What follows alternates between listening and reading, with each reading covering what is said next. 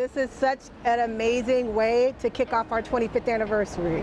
Every wall that we work on is equally important. This wall is just a highly visible wall that the whole world tunes into and watches. It's in one of the most famous walls in Manhattan, where Banksy and Keith Haring and so many other great artists have painted on it before. It's like, it's such a big honor. The past generation is the reason why we're here today. We're walking the road that they've made for us. But the fact that we're talking about Black Lives Matter, we're talking about connecting generations with each other, because that's what's important right now, is to remember that it's not just one person fighting, it's all of us together fighting. The change and the shift in this pandemic was the idea of taking care of your relationships, taking care of your connections.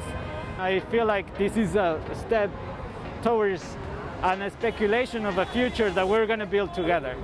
I come from an ancestry of people sharing knowledge, and I am passing that knowledge back, and I'll continue to do that.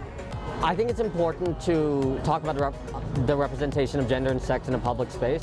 After the death of George Floyd, a lot of people protested his death, which is obviously very good, but Breonna Taylor died months before him.